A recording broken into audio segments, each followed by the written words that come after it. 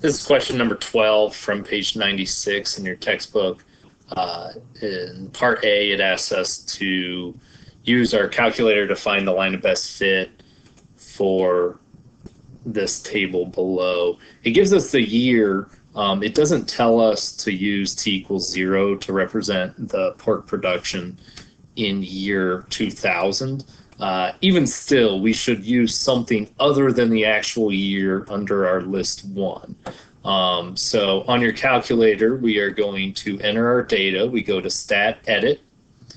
I think it makes the most sense to use t equals 0 to represent the year 2000. So that's what I've done here. If you use a different number, you will get a different y-intercept, but your answers to part B and C should be the same. So the year 2000, I'm using t equals 0. 2001 would be 1, 2, 3, 4, 5, 6, 7. I've entered all those values under list 1, and under list 2, I entered the number of metric tons of pork production in China. It asks us to use a calculator to find the line of best fit. In order to do that, we go to Stat, Calculate. We're going to number 4, which is a linear regression equation. My x's are under list 1, my y's are under list 2. We leave frequency list blank. Store regression equation, we're going to store it as y1.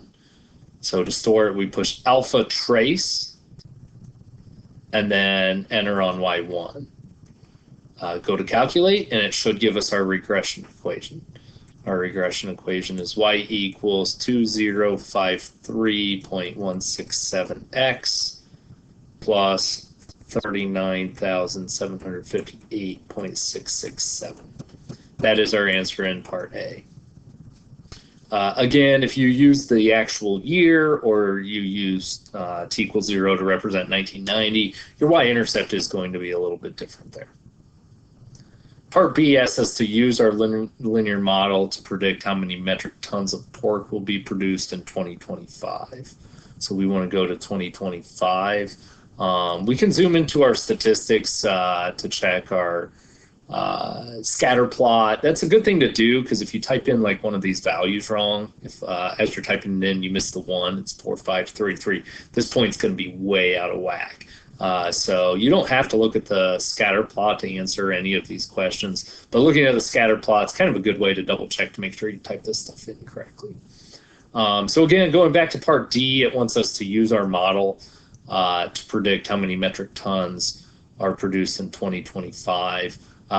So 2025 would be 25 years past 2000, so you could plug 25 in for x into your regression equation. I've rounded to 3 decimals, and we're going to round to the nearest whole number of metric tons. So just plugging in 25 there should be fine. The probably best way to do it is to look at your table. Second graph will pull up your table. We want x to be 25. You can push down 25 times, or you can go to table set and tell it to start your table at 25. Now looking at our table, we have 91,088 metric tons.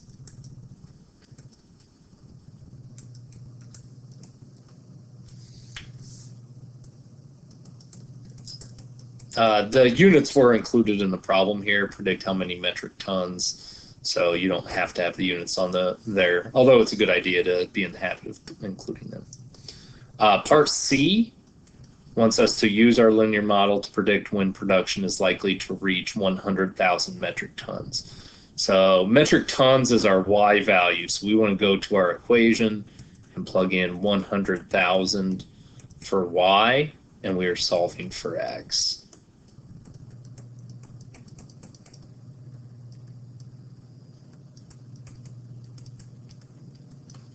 So subtract that amount from each side.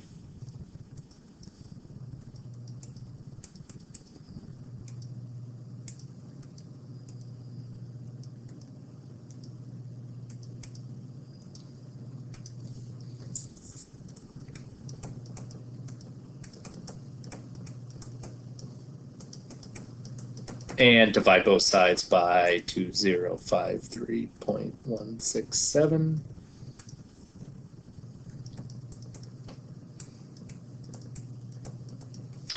So this would be 29.34 years after the year 2000.